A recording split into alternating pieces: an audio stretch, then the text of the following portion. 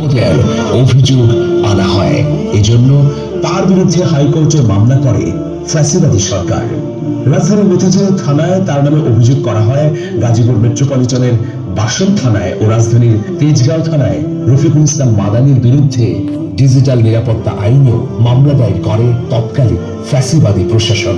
তবে এটা দিবালোকের মতো স্পষ্ট যে এত সব মামলা, নিপীড়ন, নির্যাতন এবং রিমান্ড কেবলমাত্র মাওলানা রফিকুল ইসলাম মাদানির কণ্ঠকে স্তব্ধ করে দেবার জন্যই। ভারতের প্রধানমন্ত্রী নরেন্দ্র মোদীর ঢাকা সফরের সময়ে দেশের বিভিন্ন অংশে বিপুল প্রতিবাদ এবং বিক্ষোভ হয়। এতে অংশগ্রহণ করে পুলিশের কাছে আটক হন মাওলানা রফিকুল ইসলাম মাদানি। তবে কয়েক ঘন্টার মধ্যে তাকে ছেড়ে দেয় পুলিশ। এরপর থেকেই ব্যাপকভাবে আলোচনায় আসেন এই জনপ্রিয় ইসলামিক স্কলার। ইসলামী বক্তা রফিকুল ইসলাম ঢাকার বারিধারা এলাকায় অবস্থিত জামিয়া মাদানিয়া মাদ্রাসা থেকে দাওরায়ে হাদিস ডিগ্রি লাভ করেন।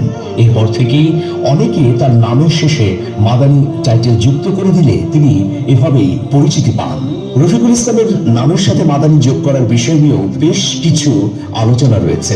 তার নামের শেষে মাদানি লাগানোর ঘটনায় তাকে আইনি নোটিশও দেয় হেফাজতে ইসলামের মদিনা শাখার আমির এবং সংগঠনটির কেন্দ্রীয় সদস্য।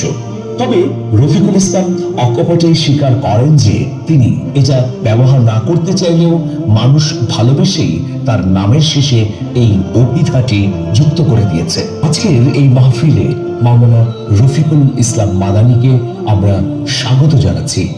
তার জ্ঞান, গর্ব এবং দূরদর্শী বক্তব্য দিয়ে তিনি জনগণকে অনুপ্রাণিত করবেন, এটাই আমাদের প্রত্যাশা।